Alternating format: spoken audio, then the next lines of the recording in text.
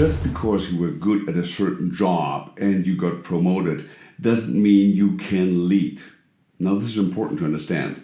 Leading is a complete different thing than doing a certain job. And just because you're good at a certain job does not mean you're a good manager for people doing exactly that job you did so excellent before. And just to let you know, I take a huge shortcut now. Project management courses are not the answer. Many managers do take project management courses when they want to learn leadership. There's a little overlapping, I give you that, but it's not the same. Project management and leadership are two different things. Project management is about managing a project, while leadership is about people. When I was in my mid-20s, after my draft and my training as a reserve officer in the 1st German Airborne Division, I still had a great interest in the writings of Sun Tzu, Clausewitz, Seneca, and everything that was related to strategy. And through my family, I was at that time in the fortunate position of having access to some German CEOs and also NATO 4-star generals. One of my first teachers was the German World War II Monte Cassino veteran General Franz Josef Schulze, which I visited a couple of times in his house in Bonn-Bad Godesberg in Germany. Once I also became the chance to talk to an American leader, Alexander Haig, Chief of Staff of the White House during the Nixon presidency and First Secretary of State under President Ronald Reagan.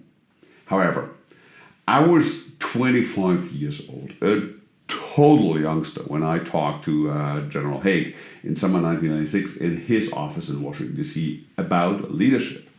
This is important because he gave me some interesting sentences which, to be honest, I never heard from modern managers, and I miss that a lot today, which is my motivation to do this course.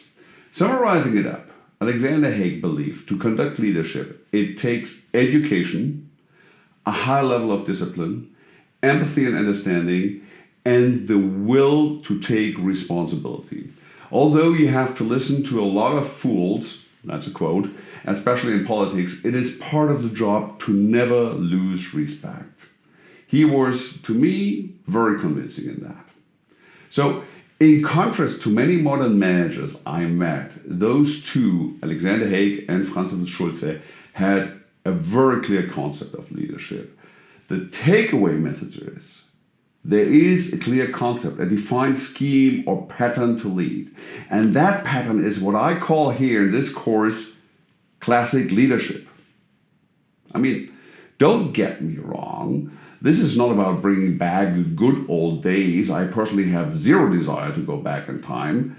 But if it comes to management and leadership, we might dare to take a peek into previous knowledge, take that knowledge and modify it for our today's need. And that previous knowledge tells us, if we consider ourselves a shy person, or we don't like to interact with other people, we still can be experts in leadership. And yes, we also can be successful managers and leaders others are willing to follow. Leadership is not about the show. It is not about big egos. It is not about being a gifted person. It is about a learning process.